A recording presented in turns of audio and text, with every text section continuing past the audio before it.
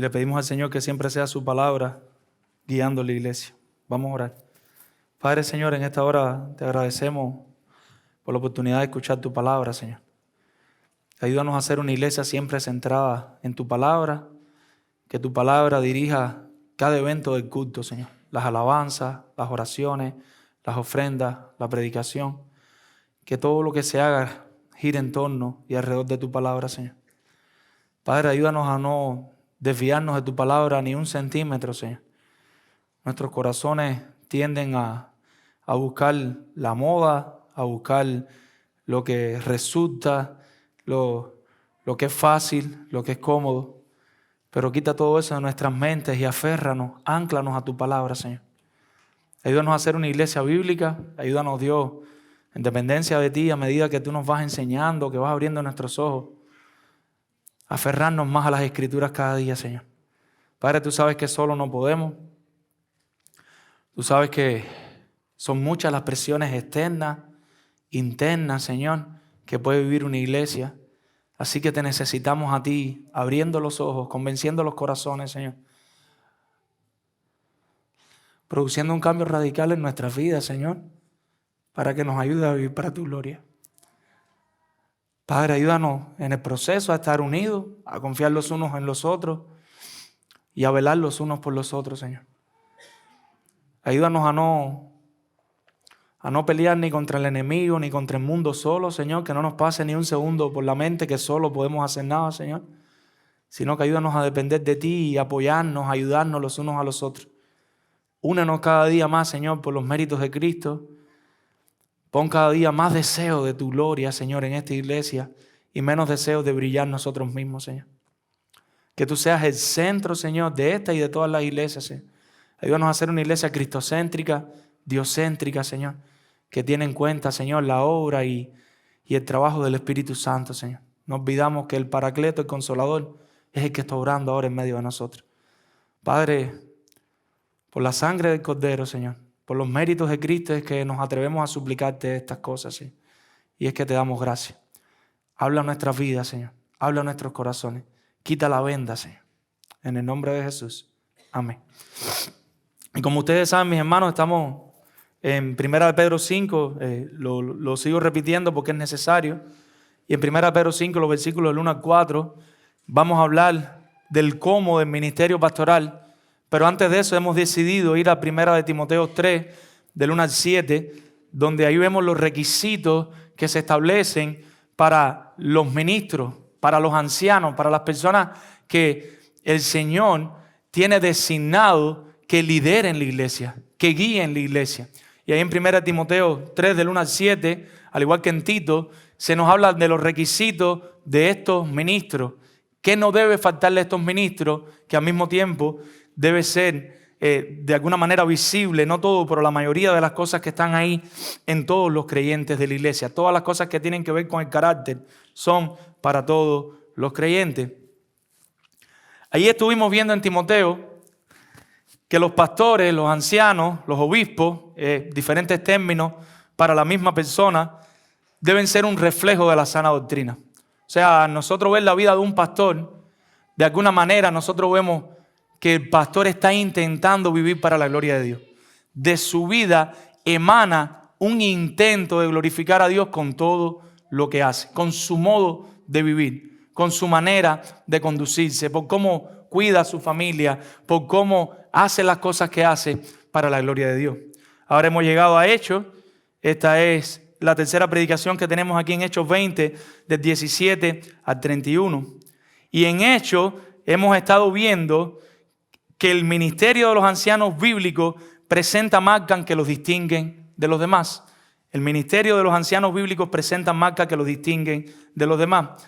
Habíamos puesto por título, tenemos por título de esta predicación, las marcas distintivas de un ministerio bíblico. Y seguimos hablando de esto, las marcas distintivas de un ministerio bíblico. Ahora, no estamos centrados en la persona del ministro, sino en la labor del ministro. Timoteo, en Tito, estamos viendo que el anciano debe ser un reflejo de la sana doctrina. Ahora estamos viendo qué debe hacer ese anciano. ¿En qué debe invertir el tiempo? ¿Qué lo debe ocupar? ¿Cuáles son sus mayores preocupaciones? ¿Cuáles son sus mayores, por decirlo de alguna manera, dónde deben estar sus temores? ¿Dónde debe estar su mente? Y ahí hemos visto que las marcas distintivas de un ministerio bíblico, primero que todo, la primera marca que vimos, que fuimos a los versículos del 17 al 21, y era un servicio centrado en la palabra. A ningún ministro le puede pasar por la mente que él va a servir al Señor sin una Biblia. Si usted no tiene una Biblia, usted no es un ministro cristiano. Si usted no ministra centrado en la palabra, por lo que aquí dice en la palabra, usted no está ministrando ni de parte de Dios ni delante de Dios. Sus propias emociones, sus propios sentimientos sin la palabra de Dios son sentimientos y emociones engañosas y no nos podemos dejar guiar por ellas. Entonces la primera marca era un servicio centrado en la palabra. Después fuimos a los versículos del 22 al 27 para ver la segunda marca. Y la segunda marca era una fidelidad continua. Una fidelidad continua. ¿Y qué significa eso? Que como al apóstol Pablo, él se los estaba diciendo, el ministerio no es fácil. En el ministerio van a venir pruebas. Van a venir pruebas internas, pruebas externas, van a venir situaciones difíciles.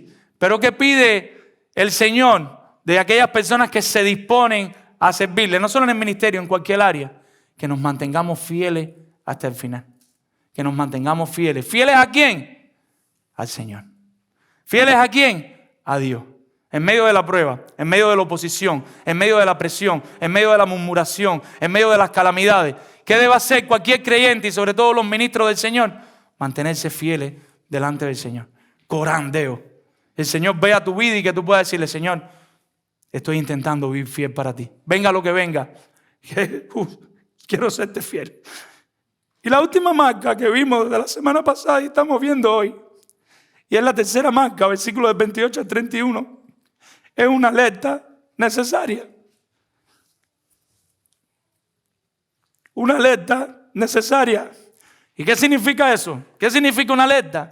Que como creyentes todos, no solo los ancianos, debemos estar vigilantes, debemos estar observando, debemos estar despiertos. Ahora, lo dividimos en dos partes. Hemos dicho la tercera marca, y es el punto que nos ocupa hoy, una alerta necesaria. La semana pasada estábamos diciendo, ¿en qué sentido? Primero que todo, su propia vida espiritual. Porque cada uno de ustedes debe velar primero que cualquier otra cosa por su propia vida espiritual, por su corazón. Cuidemos nuestro corazón para el Señor. Guardemos nuestro corazón para el Señor. La máxima prioridad de un creyente, cuanto más de un pastor, un guía de rebaño, un modelo para el rebaño. Qué cosa más terrible que andar haciendo 101 cosas para la iglesia, pero no depender del dueño de la iglesia para hacerla. ¿Qué tipo de sarcasmo o de ironía es que seamos profesionales del ministerio? Personas que saben todo lo que tienen que hacer, todo lo que tienen que decir, pero su corazón no late por Dios.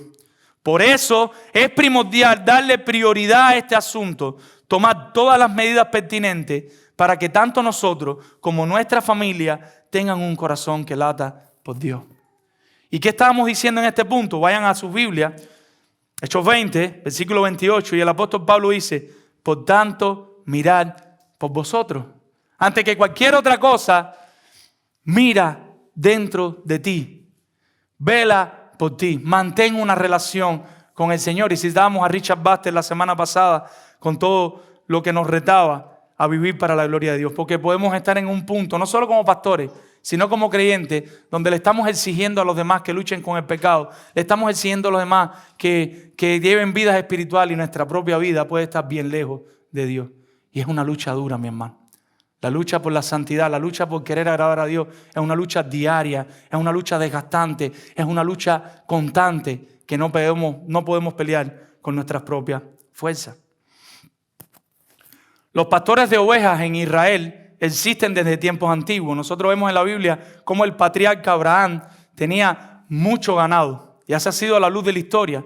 El pueblo de Israel, entre parte de su economía, lo que tienen para sostenerse está la agricultura, pero también tienen la cría de ovejas. Y hay muchos pastores y muchas ovejas en Israel. Una de las principales obligaciones de estos pastores, sea cual sea la estación del año, es alimentar el rebaño. Ellos se preparan, si es verano, ellos saben qué hacer. Si es primavera, hay mucho alimento, ellos saben qué hacer. Invierno y en cualquiera de las estaciones, ellos saben cómo conducir al rebaño. El pastor, entre sus prioridades, tiene en mente que tiene que alimentar su ganado. El ganado que no come, ¿qué le va a pasar? Se muere. Entonces el pastor garantiza, si lo va a llevar a pastar, que haya agua cerca, que haya pasto cerca, para que el ganado pueda ir a comer y tomar agua. Esa es una de las tareas primordiales del pastor. El pastor de las ovejas. Garantizarle pasto fresco al ganado. Pero no es la única tarea. Hay otra tarea muy importante. Y es que el pastor necesita velar por el rebaño. Si el pastor solo se dedica a alimentar el rebaño, le puede dar los mejores piensos, los mejores pastos, los mejores alimentos, las mejores de las aguas, le puede dar viviendas bien bonitas, pero si el pastor no se preocupa también por supervisar, por velar el rebaño está en un grave peligro. El rebaño está muy próximo a su muerte. Entre la indumentaria que soportaba un pastor de la época estaba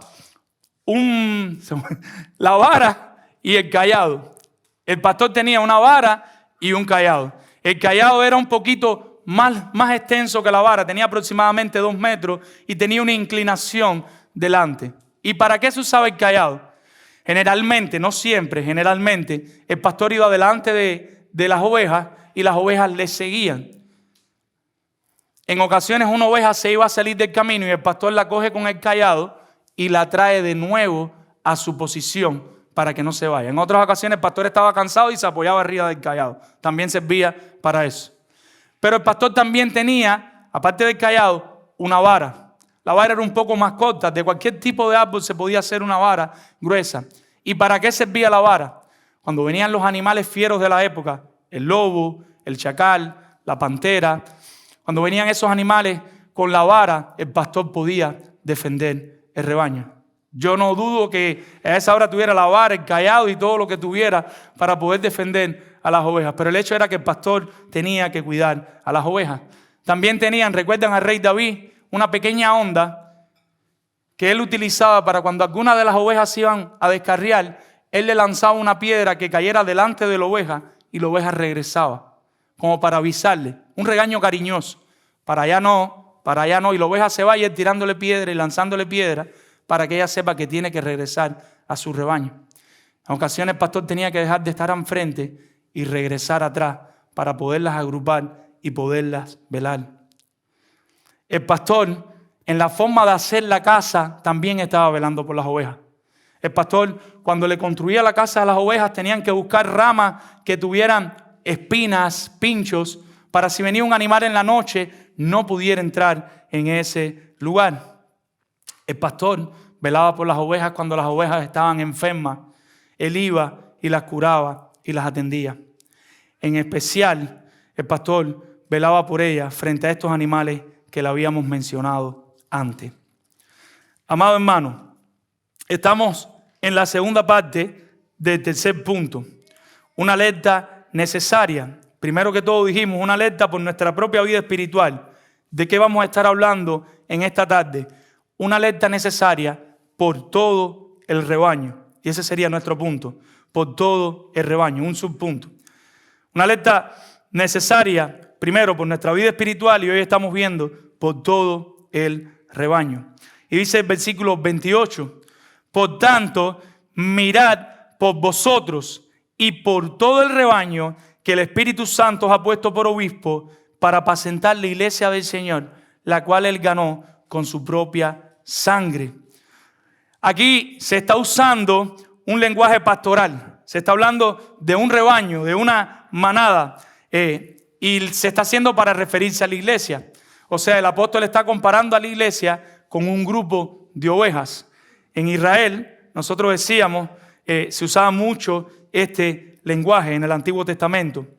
O sea, Dios mismo los puso por obispo, y obispo ahí significa supervisores, para que ellos supervisaran, cuidaran el rebaño. Pero esto trae una implicación. Si Dios mismo nos puso por obispos, por supervisores, nosotros no somos los dueños del rebaño. El dueño del rebaño es Dios. Nosotros simplemente somos personas puestas por Dios para velar y supervisar. ¿Qué hacen estos obispos? Ejercer un cuidado vigilante sobre el rebaño de Dios. La iglesia no es de los obispos, la iglesia es de Dios. Por ella se pagó el precio más alto, el precio más grande, la sangre de Cristo. Cristo murió por los que serían redimidos, lo dice nuestro texto, no lo estoy inventando, para apacentar la iglesia del Señor, la cual Él ganó por su propia sangre. Sin Cristo y sin la sangre de Cristo, sin el sacrificio de Cristo, no está hablando de la sangre per se. Ahora hay muchas canciones de la sangre de Cristo. La sangre de Cristo no tiene ningún valor por sí sola. La sangre no tiene valor. Lo que tiene valor fue el sacrificio que Cristo hizo en la cruz y se simboliza con la sangre. Pero la sangre por sí sola es sangre. La sangre de Cristo es sangre. ¿Pero a qué está apuntando? A lo que hizo Cristo, morir por nuestros pecados en la cruz. Porque si Cristo no muere por nuestros pecados en la cruz, ninguno de nosotros estaría hoy aquí adorando y alabando el nombre de nuestro buen Dios. Solo con la sangre de Cristo no hubiera pasado nada. Lo que está apuntando la sangre es al sacrificio de Cristo. Por lo tanto, ningún obispo tiene derecho de hacer con la iglesia lo que él piense o lo que él crea. Solo puede limitarse a lo que el Señor ha establecido en su palabra. Los ancianos, los obispos, los pastores están solamente para seguir la palabra del Señor y no otra cosa. Pablo se está dirigiendo a estos pastores y les dice: apacienten la iglesia del Señor. Y la palabra en griego ahí significa pastorear.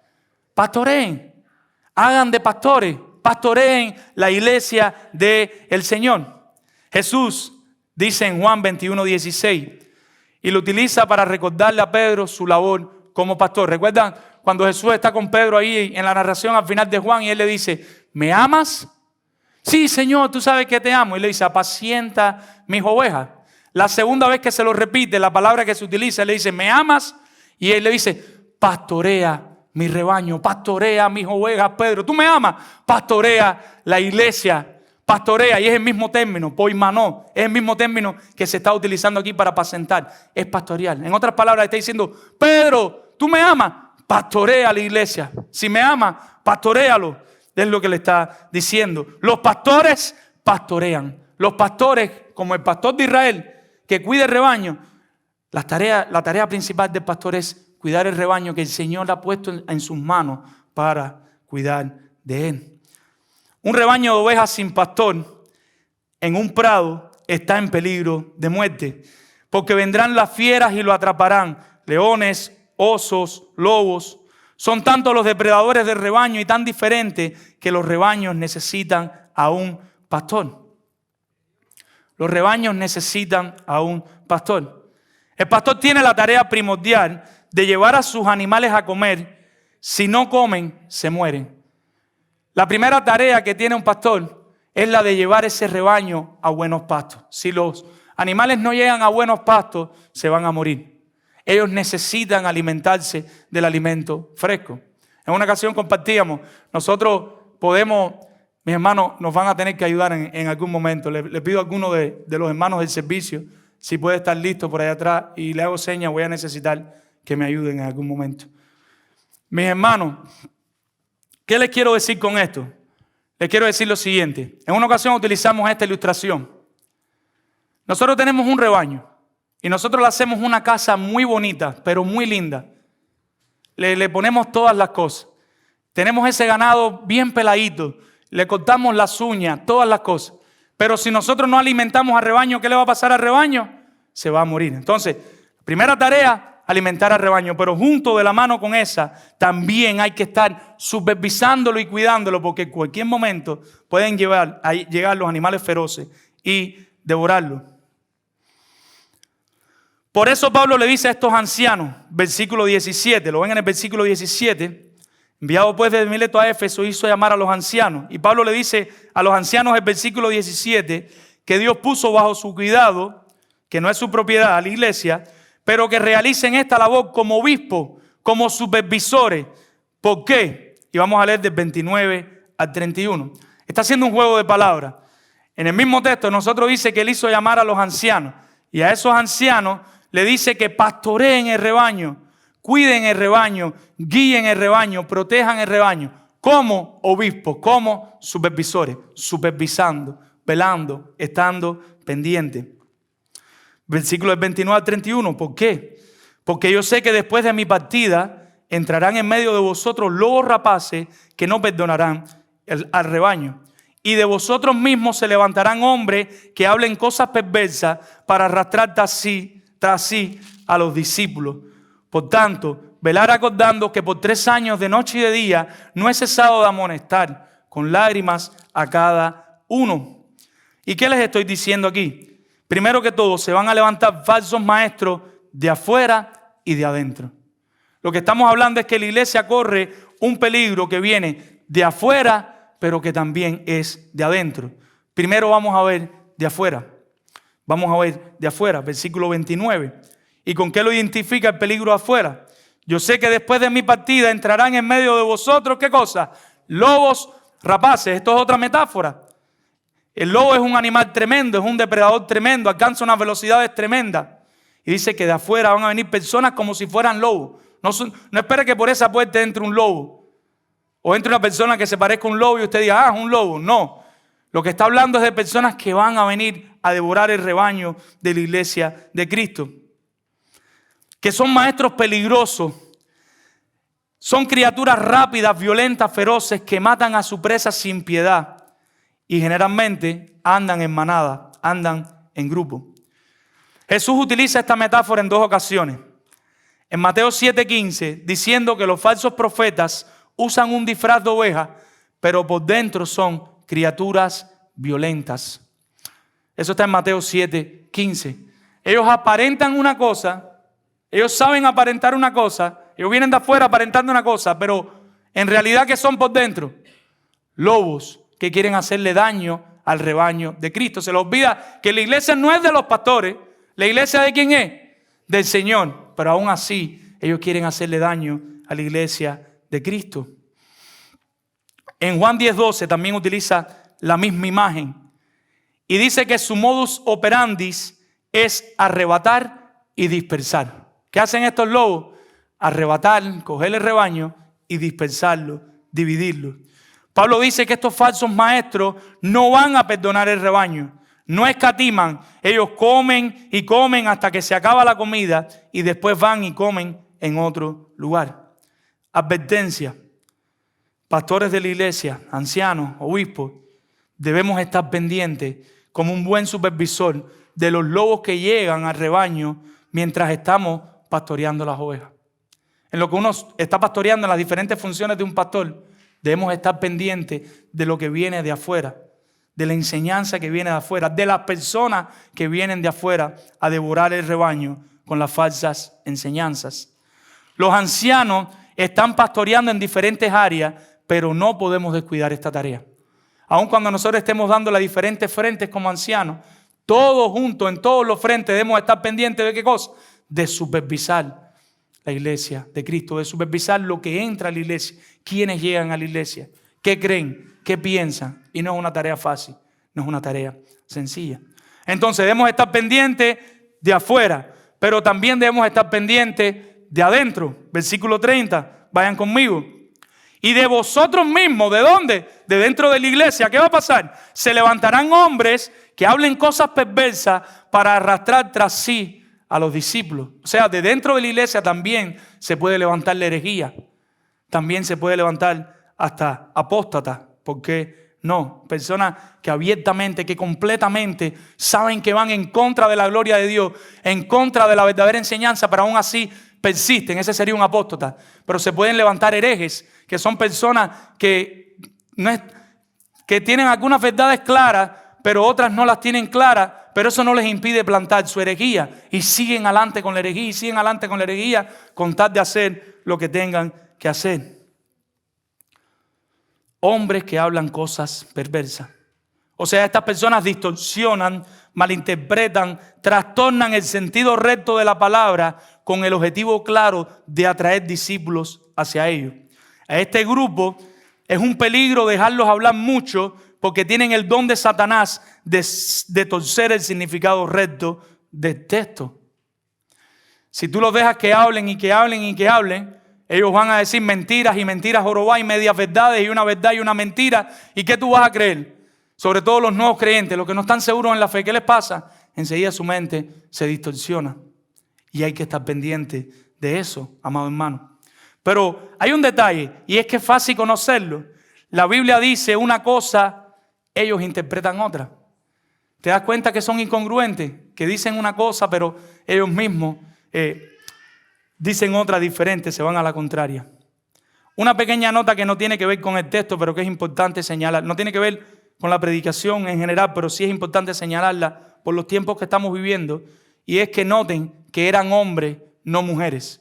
O sea, los falsos maestros, ¿quiénes eran? Dice el texto que eran hombres. ¿Qué significa eso? ¿Que las mujeres no pueden traer falsa enseñanza? No, lo que significa que los maestros que enseñaban en la iglesia en el día del Señor, los que traían la herejía, ¿saben quiénes eran? Hombres. Por eso Pablo le dice, velen a estos hombres. A él no le pasaba ni por la mente que iba a haber una mujer pastora. Eso solo pasa ahora, en el día de hoy. En los tiempos de Pablo no pasaba, por eso es que no está recogido ahí. Mis hermanos, esto en efecto pasó. O sea, Pablo estaba diciendo, velen el rebaño, cuiden el rebaño, va a venir herejía, van a venir falsos maestros. ¿Y saben qué pasó? Pasó. Sucedió lo mismo que le estaba diciendo. Este evento, este tercer viaje misionero de Pablo ya regresando, culminando el tercer viaje misionero para ir a Jerusalén a llevar la ofrenda, y él sabía que Dios tenía planes con él y él quería continuar sirviendo al Señor. Esto ocurrió alrededor del 56 al 57 después de Jesucristo. Un poquito más adelante, alrededor del 60 al 62, ya Pablo está preso en Roma y escribe la carta a los Efesios, capítulo 5, versículos del 6 al 16. Y entre todas las cosas que dice, les dice, nadie os engañe con palabras vanas. Y esto es un llamado a no vivir en los pecados pasados. Él está diciendo, nadie los engañe con palabras vanas.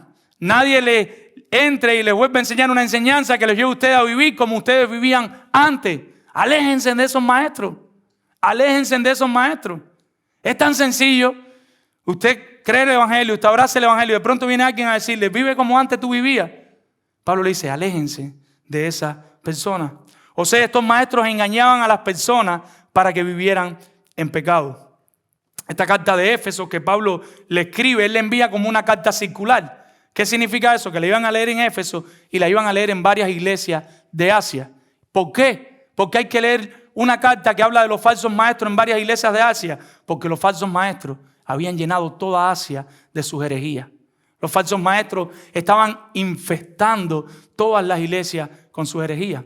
Y estaban tanto los judaizantes, los que habían creído en el Señor, pero creían que había que seguir guardando todas las leyes. Pero también estaban los gnósticos, que creían que un poquito de psicología, un poquito de filosofía del mundo, mezcladita con un poquito de cristianismo, y cachán, esto es lo mejor para acercarte a Cristo. ¿Y qué nos enseña la Biblia? Que no, que solo a través de Cristo es que somos salvos. No es a través de ninguna otra cosa. Cristo es suficiente y necesario e imprescindible para nuestra salvación. Y estaban muchos otros grupos más y no los vamos a mencionar ahora porque no es el propósito.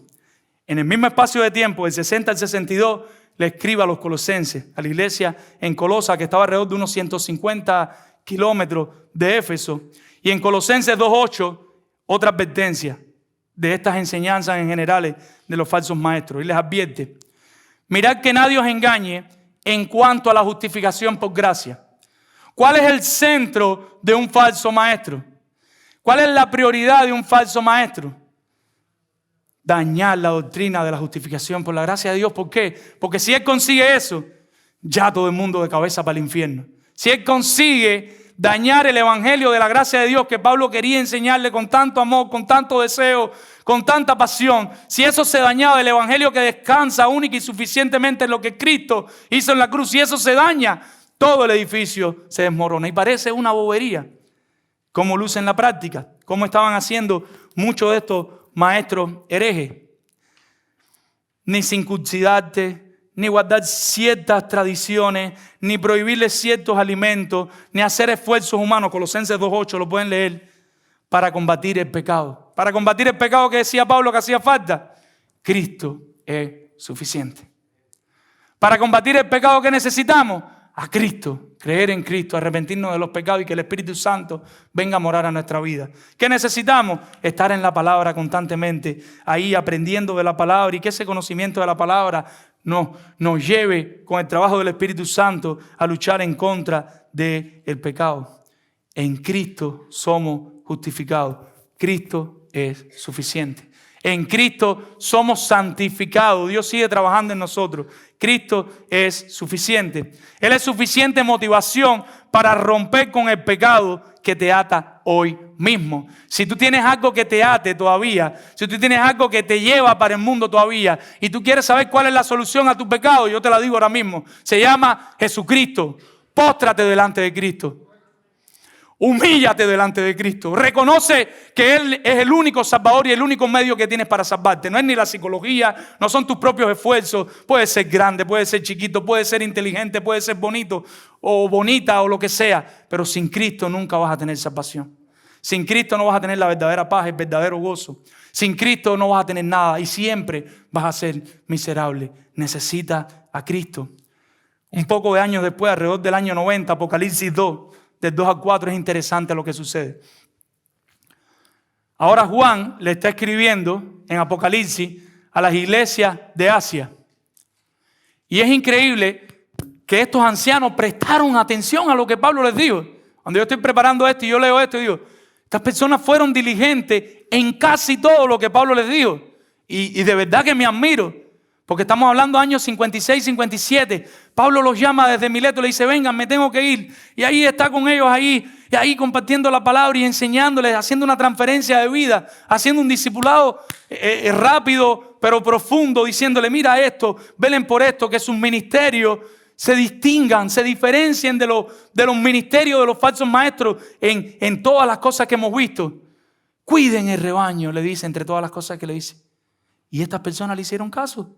Apocalipsis 2, 2 al 4, que dice, al anciano de Éfeso le escribe Juan, yo conozco tus obras y tu arduo trabajo y paciencia. El hombre se esforzó, el hombre trabajó y que no puedes soportar a los malos y has probado a los que dicen ser apóstoles y no lo son. Cuando venía un falso maestro, ¿qué hacían los ancianos en Éfeso? No, usted es un farsante. Y tu herejía es este y este y este. Y la Escritura dice esto y esto y esto. Y aquí no vas a entrar y no va a entrar esa falsa herejía. Esta gente fueron obedientes. Y me sorprende eso. Y dice más adelante, y los has hallado mentirosos. Y has sufrido.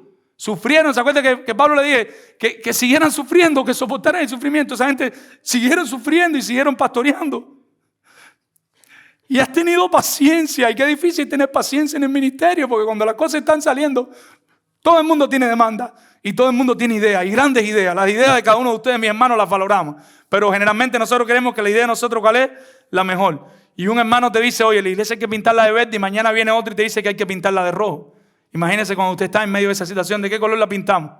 Verde y rojo o azul, no me acuerdo qué color da. No, esa no es la solución, mi hermano. Vamos a la Escritura, vamos a ser pacientes, vamos a ver por dónde el Señor nos guía. Y necesitamos que los hermanos nos den ideas y nos ayuden, y sobre todo en el servicio necesitamos toda la iglesia sirviendo. Hay muchas áreas en las cuales servir. Necesitamos hermanos, pero que tengan el carácter, que tengan el compromiso, que tengan el amor, la pasión. Cuando digo hermano es hermano y hermana, es a todos sirviendo para la gloria de Dios. Pero como pastor uno requiere paciencia, porque no es fácil, mi hermano, no es fácil. No es fácil, es difícil. Y esta gente, estos hermanos, estas personas, estos pastores tuvieron paciencia. Y dice después, y has trabajado arduamente por amor de mi nombre y no has desmayado. Y no perdieron el foco. Todo lo que hacían, lo hacían para la gloria de Dios. Todo lo que hacían, lo hacían pensando en Dios. No estaban buscando fama, no estaban buscando ser reconocidos, salir en YouTube, en Facebook, en Instagram, en Twitter, en Twitch. Y no sé si se me quedan otras, no conozco más, en TikTok. Ellos no estaban buscando eso, ellos lo que estaban buscando era la gloria de Dios. Estos hombres fueron fieles, mis hermanos. Este hombre era el pastor que toda la iglesia quiere. Las iglesias desean un pastor así. Pero para el Señor, no para la iglesia, este hombre estaba pecando. Para la iglesia, él era el the best. Él era el mejor, él cumplía todos los requisitos. Fue fiel a todo lo que Pablo le enseñó, era fiel al evangelio. Pero para el Señor faltaba lo más importante. Este hombre estaba pecando por descuidar lo primordial. Había dejado su primer amor. Él había sido fiel en todo lo primero, lo había cumplido al pie de la letra, pero dejó lo más importante, y era que Cristo siguiera siendo su primer amor, que Dios siguiera ocupando el centro de su corazón. Pero Pablo lo dijo, es como, te lo dije. Pablo no estaba vivo en ese momento, pero si no, Pablo le dice, pero se los dije, mira que son brutos. Cumplieron con todo lo otro, pero mira esto que yo fue por donde empecé. Le dije, mirad por vosotros mismos y después con todo lo que viene. Eso no significa que lo que viene no hay que cumplirlo. Pero lo primero es primero. Dios tiene que estar en el centro de nuestros corazones. Si no, nuestros ministerios no valen de nada, no sirven para nada. Me atemorizo cuando lucimos profesionales. Me atemorizo cuando lucimos profesionales. Los falsos maestros siempre estaban alrededor de Éfeso. Quizás por la economía, como ahora nosotros están llegando muchas personas a Tampa y muchas iglesias hispanas, y como hay flujo, el falso maestro que quiere recibir dinero, y entonces es provechoso, y ellos estaban cerca de Éfeso. Había mucha economía, mucho dinero. Ahora, mis hermanos, los falsos maestros van a seguir llegando a Tampa, van a seguir llegando a Estados Unidos y a todas las iglesias del mundo. ¿Qué no hacer? ¿Qué no debemos hacer? Aun cuando mañana lleguen 5 falsos maestros aquí a la iglesia y se levanten 3 de la congregación. ¿Qué no hacer? Porque quiero que lo tengamos en nuestras mentes. Y lo primero que dice Pablo es no huir. No huir. No debemos huir. Juan 10:12. El asalariado, que no es un verdadero pastor, huye y deja a las ovejas solas. Él ve venir el peligro y coge y sale corriendo. ¿Qué no hacer? ¿Qué no hacer? No dejar de predicar el evangelio de la gracia. Seguir predicando el evangelio de la gracia. Domingo tras domingo. En los grupos de vida en todas partes. Predicarle el evangelio de la gracia que descansa única y suficientemente en Jesucristo. Ahora, ¿qué hacer? ¿Qué podemos hacer? Ser fieles a la palabra. Cuidar nuestras vidas y estar vigilantes por todo el rebaño. Estar en un estado de vigilancia como aquellos pastores por sus ovejas. Asimismo, estar constantemente vigilando de todo lo que va pasando en la iglesia. ¿Cómo hacerlo? Versículo 31. Por tanto, velad, acordándonos que por 3 años, de noche y de día, no he cesado de amonestar con lágrimas a cada uno. ¿Y qué quiere decir esto? ¿Cómo hacerlo? Siendo fieles por el tiempo que Dios nos tenga en un rebaño, sin dejar de amonestarlos. El amonestarlo aquí en el original significa un regaño gentil. ¿Recuerdan como el pastor, en dependencia de la velocidad que vaya la oveja, me imagino que más haya sufrido, pero él con el cayado la aguantaba? O a veces ella se iba y él tenía que lanzarle las piedras para que regresara. Asimismo, los pastores tenemos que estar pendientes y vigilantes todo el tiempo. Y cuando veamos que se está levantando la falsa herejía, porque en ocasiones puede ser desconocimiento de los hermanos. Hay muchas redes sociales ahora, hay muchos predicadores. Quizás algunos de ustedes no están escuchando predicadores bíblicos, pero de pronto uno de los pastores, y más adelante vamos a involucrar a la iglesia en esto, se entera. ¿Qué tenemos que hacer? Amonestar al hermano, decirle, mi hermano, ese no es un predicador bíblico. Ese libro no es cristocéntrico. Eso es una secta religiosa con el dolor de mi alma. Pero no, ellos son buenos. Sí, pueden ser todo lo bueno que quieran, pero son una secta religiosa. Y es peligroso para ti. Y es peligroso para tu familia. Porque lo que está en juego es la santificación de nuestra vida. Lo que está en juego es malinterpretar el evangelio de Cristo y no dar en el blanco de la cruz. Y no es fácil, mi hermano. El pastor, recuerde bien, tiene que recordar que la iglesia no es de él. Las ovejas no son de él. El pastor es responsable, pero ni la oveja ni el rebaño le pertenecen a él. Por lo tanto, ¿qué es lo que tenemos que hacer? Ir a la palabra del Señor y amonestar con la palabra del Señor. Guiar al rebaño con la palabra del Señor. Contrarrestar las herejías con la palabra del Señor. Amados hermanos, esto no es un llamado a ser policías cósmicos o cazadores de fantasmas. Escuche bien, yo no quiero que salgamos para allá ahora con un radar. Tú eres hereje, tú tienes falsa doctrina con un detector de metales o de mentiras. Tú sí, tú no. Esa no es la intención del texto. Ni debe salir eso en nuestra mente. Amen a sus hermanos, créanle, piensen todo lo bueno, lo noble, lo puro, lo honesto, hasta que se demuestre lo contrario. Hasta que usted vea que sale una herejía clara del hermano, o que el hermano está corriendo en pasos peligrosos, o que está trayendo cosas peligrosas. Y sabemos cuando eso pasa. ¿Por qué? Porque siempre apunta a competir con el evangelio de la gracia de Dios. Ese es el olfato más claro que tenemos que tener. Iglesia. Había un lema que tenía la Reforma y decía: iglesia reformada siempre reformándose. ¿Y qué significa iglesia reformada siempre reformándose? Nosotros, como cualquier niño que va creciendo, ahora tenemos un tamaño espiritual, una estatura. A medida que seguimos aprendiendo las grandes verdades de Dios juntos, ¿qué tenemos que hacer? Abrazarla sin temor. Abrazarla sin temor. No, pero siempre lo hemos hecho así, sí. Pero si ahora ya vemos con más claridad que la Escritura dice que no es así, que es asado, y tenemos temor de Dios y tenemos el Espíritu Santo, ¿qué tenemos que hacer? Abrazar lo que dice la palabra de Dios. A medida que Dios nos va dando claridad, informar, luego reformar. Así es como debemos hacerlo. Por ejemplo, mi hermano, vamos a aterrizar un poquito la enseñanza. Estamos en los grupos de vida. Y en los grupos de vida viene una persona de afuera con una falsa enseñanza. ¿Qué tenemos que hacer? Ponerle el alto ahí mismo. Decirle: ese no es el evangelio de la gracia. No, pero eso no es amoroso. Déjalo que diga las cositas que tiene que decir. Y lo dejas que hable una hora, que traiga 25 herejías, que salga a todo el mundo confundido. ¿Y después qué? Eso no es lo que dice la palabra de Dios. Al hereje tienes que pararlo. Tienes que decirle: no, mi hermano, estás equivocado. Si quieres, después seguimos conversando. Pero no solo en los grupos de vida, en las clases, en las aulas, en la consejería. Mientras estás aconsejando a alguien, puede que la persona tenga herejía.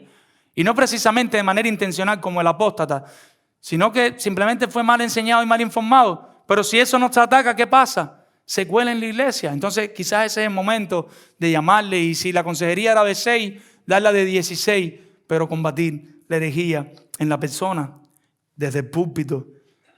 El púlpito alimentamos el rebaño, pero también podemos cuidar de la falsa enseñanza.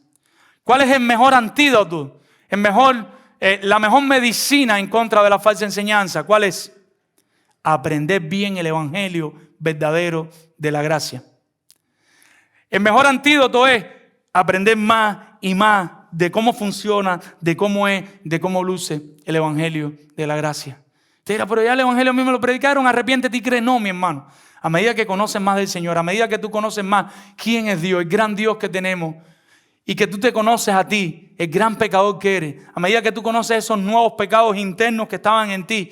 No, porque ya no tomo, ya no fumo, ya no robo. Sí, pero has mirado tu corazón, egoísmo, burla y todos los pecados respetables que hemos conversado en otras ocasiones que ahora no me acuerdo, los has mirado. Hay tanto en lo cual trabajar. Pero a medida que entiendes el evangelio de la gracia es que tú puedes ir viendo esas cosas. Entonces, ¿cuál es el llamado? Aprendámonos bien el evangelio de la gracia. Trabajemos encima del evangelio de la gracia. Alguien ha dicho que si tú conoces la moneda verdadera, no necesitas conocer todas las monedas falsas.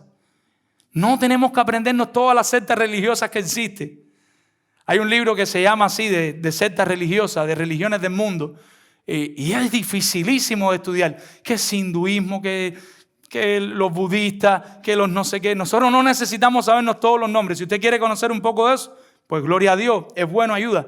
Pero no todos los creyentes tenemos que conocernos todas las religiones que existen, cómo funcionan. Pero ¿en qué sí no podemos fallar? En conocer el evangelio de la gracia. Para cuando vengan esas falsas religiones, usted sepa que usted tiene el evangelio verdadero, amado hermano. A medida que esto pasa, nuestros sentidos se agudizan y nos es más fácil percibir lo falso. A medida que nosotros entramos más en el evangelio de la gracia, nosotros nos damos cuenta más rápido cuando hay una herejía. Si bien esta es una labor, le dije que íbamos a involucrar a la iglesia, principal de los pastores, la iglesia debe involucrarse y ayudarle. Ejemplo: pastor, fulano está enseñando esto y yo no entiendo que el evangelio enseña esto. No es que el hermano te caiga mal, sino que claramente tú has visto al hermano que está enseñando una herejía, pero tú también claramente, no es solamente que a ti no te gusta lo que enseña, sino que tú claramente a la luz de la Biblia, porque tienes tu texto, tu versículo, tu capítulo, tú sabes que es una herejía lo que estás enseñando. Acércate a tus pastores, coméntale. También a la luz de Mateo 18, ves delante de la persona, conversa con ella también. Y dile, mira lo que dice el Evangelio, mira lo que dice aquí. Tampoco los pastores tienen que estar en cada esquina del templo. Mire cuántos son ustedes. Y nosotros somos solo 3. Es imposible, aunque queramos, estar toda la semana con todos ustedes. No podemos. A veces en 1 o 2 familias en la semana y consume bastante tiempo de las otras tareas también que tenemos. Imagínense si cada uno de nosotros semanalmente fuera a convivir con 30 de ustedes. Sería imposible. Mis hermanos, velen porque sus pastores estén aprendiendo más y más de la palabra y cómo exponerla fielmente. Acérquese a sus pastores. Todos los pastores no tienen que estudiar en un seminario. No sé si lo saben, pero Spurgeon estudió de manera autodidacta y al final dio clase en un seminario. ¿Qué les digo con eso? Pero sí todos los pastores tienen que estar creciendo en la palabra. A veces uno se desanima, a veces no tiene los recursos económicos necesarios, a veces no tienes la motivación. Ore por su pastor, anímale, vele por él, ayúdele para que sus pastores sigan creciendo en la palabra. En última instancia, nuestro mejor resultado sería la conversión de un falso maestro. Si nosotros hacemos todos estos esfuerzos, como mínimo, imagínense que un hereje termine convertido y termine creyendo en el Evangelio. Qué gracia de gozo y qué alegría. Cuidemos la puerta de entrada de la iglesia. Discipulado, mi hermano. Necesitamos hombres y mujeres que tengan el carácter correcto, que empiecen a invertir en la vida de otros. Necesitamos hombres y mujeres que se acerquen y nos digan, yo quiero discipular a alguien.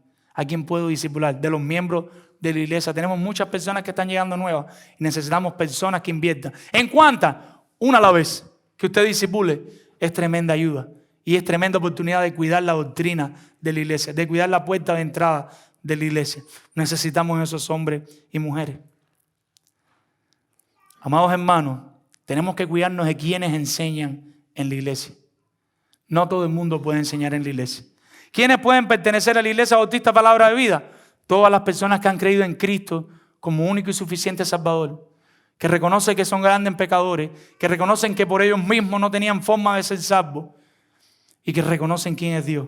Se han arrepentido de sus pecados y han creído en Cristo para salvación. Si usted está en ese lugar, en ese momento, usted puede ser un miembro de Iglesia Bautista Palabra de Vida. ¿Quiénes pueden enseñar en Iglesia Bautista Palabra de Vida? No todas las personas. Las personas que tengan un claro entendimiento del Evangelio de la gracia. Las personas que tengan un claro entendimiento de la doctrina de la gracia. Las personas que tengan un conocimiento bíblico que va de acorde a lo que creemos como iglesia. Por eso tenemos unas clases que le damos a los nuevos miembros donde le decimos, mira, creemos en esto, nos gusta hacer esto y esto, para que usted sepa qué es lo que creemos como iglesia. Entonces, por ende, si usted cree algo diferente, aun cuando pueda ser miembro porque es un verdadero creyente, pero no lo podemos dejar enseñar, porque usted tiene creencias diferentes a la iglesia. Entonces, con el tiempo vamos a tener 5 iglesias diferentes dentro de una iglesia. Si nosotros dejamos que eso pase, lo que pasa es que en varios años hay 5 iglesias diferentes en la misma iglesia. Y ahí están los de Pablo, los de Juan, los de Lucas, Demas y todo el mundo. Y hasta Diótrefe. Un ministerio bíblico anciano está marcado por una alerta necesaria. Por una alerta necesaria. Debemos estar alerta. Volvámonos al verdadero y único pastor de las ovejas. Necesitamos volvernos al verdadero pastor. Quizás nuestras vidas se han desviado. Quizás nuestra vida se han entretenido en muchas cosas y nos hemos olvidado de volvernos al verdadero pastor. ¿Quién es el verdadero pastor? Dios mismo. Necesitamos el callado de Dios. Necesitamos la vara de Dios. Por tanto, podemos tener paz en nuestro corazón. Nosotros tenemos el mejor de los cuidados. Porque nosotros como iglesia tenemos el cuidado de Dios mismo. Podemos tener paz en nuestros corazones. Pero mira, yo estaba en esta religión y yo estaba en esto y ahora ¿qué me va a pasar? Tranquilidad, paz. Si tienes a Jesucristo y tienes a Dios, tienes la mejor protección del mundo. Me acuerdo, antes de ser creyente, en algún momento me incliné a creer en la brujería y pude estar un tiempo perteneciendo a una religión que se llamaban los paleros. Y me acuerdo que las personas tenían gran temor salirse de esas cosas. Pero cuando tu corazón descansa únicamente en Dios, ya tu temor se va. Me acuerdo que las personas en la escuela, cuando había un santo, algo, yo lo cogí, lo botaba, o un collar o lo que fuera, y yo lo tocaba, a veces jugando, Saben, los cubanos, no sé, en otros países tienen muchos Ideco y alitos verdes, y yo se los tocaba. Oye, ¿cómo me vas a tocar eso? Y yo le decía, yo te lo toco porque yo creo en el mayor de los espíritus, en el Espíritu Santo, y eso a mí no me va a hacer nada. Pero tú estás loco, ahora sí te vas a enfermar, ahora te vas a morir la semana que viene. ¿Qué les digo con eso, mi hermano? Nosotros tenemos el mejor de los pastores. ¿Quién es? Dios mismo, nuestro Señor Jesucristo. Nosotros estamos seguros en Él. Que venga la brujería que quiera venir, que vengan los calderos que quieran venir. Yo tengo el mayor de los espíritus, yo tengo al Espíritu Santo.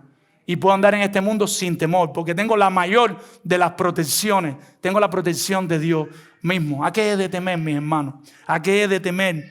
Confiemos en su cuidado.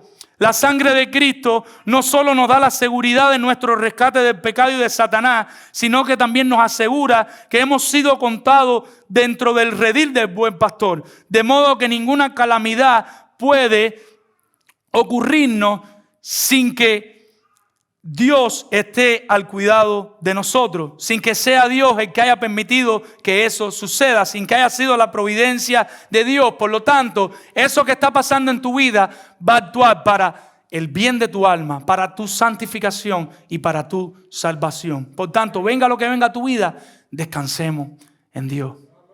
Estamos bien cuidados. La iglesia está segura si está en las manos de Cristo. Hagamos la parte que nos toca hacer como creyentes. Y termino con esto. Un ministerio bíblico anciano está marcado por una alerta necesaria. Recuerden, una alerta necesaria por nuestras propias almas y por todo el redil. Una fidelidad continua y un servicio centrado en la palabra. Vamos a orar. Padre, Señor, gracias te damos por tu palabra, Señor. Gracias por permitirnos, por darnos el privilegio de llamarnos hijos tuyos, Señor. Gracias por tener una iglesia, Dios, que ama el evangelio. Eso es una cosa extraña en estos momentos, Señor. No somos la única, hay muchas otras y tú estás levantando muchas más y te damos gloria y honra por eso, Señor. Pero a las personas no les interesa el evangelio. A las personas no les interesa que dice tu palabra. Las personas quieren vivir de entretenimiento, de juego, de luces de colores, Señor. Alerta nuestras almas, escandaliza nuestras mentes y ponnos una pasión sobrenatural por ti, Señor. Una pasión sobrenatural por tu palabra, Señor. Algo tan sencillo como preguntarnos qué haría Cristo en nuestro lugar, que eso retumbe en nuestra mente antes de dar cualquier paso, Señor. Ayúdanos, Señor, a pensar qué tú dices, Señor. Ayúdanos a conocer más de ti, porque si no conocemos más de ti, Señor, ¿cómo vamos a identificar las falsas enseñanzas, Señor? ¿Cómo vamos a identificar lo que está mal en nosotros mismos, Señor? Ayúdanos a acercarnos más a tu palabra. Ayúdanos a amarte más, Señor. Ayúdanos a amar a nuestros hermanos a tal grado que no los dejemos estar en pecado. A tal punto que si los vemos descarrilados, por amor a ellos nos acerquemos, Señor, y le digamos lo que dice tu palabra, Señor. Padre, si a ti te place, yo te pido en esta hora, si aquí hay hombres y mujeres que no han creído en ti, que seas tú salvándolos para tu gloria, Señor. Que seas tú abriéndole los ojos y sacándolos de sus pecados, Señor. Que puedan ver, Dios, quién eres tú, Señor. Eso es algo que yo no puedo producir, pero tú sí lo puedes producir con el poder de tu Espíritu Santo. Salva, Dios. Tú eres un Dios que te complaces en salvar. Salva, Señor. Confiamos en ti, Padre. En el nombre de Jesús. Amén. Que el Señor les bendiga, mi hermano.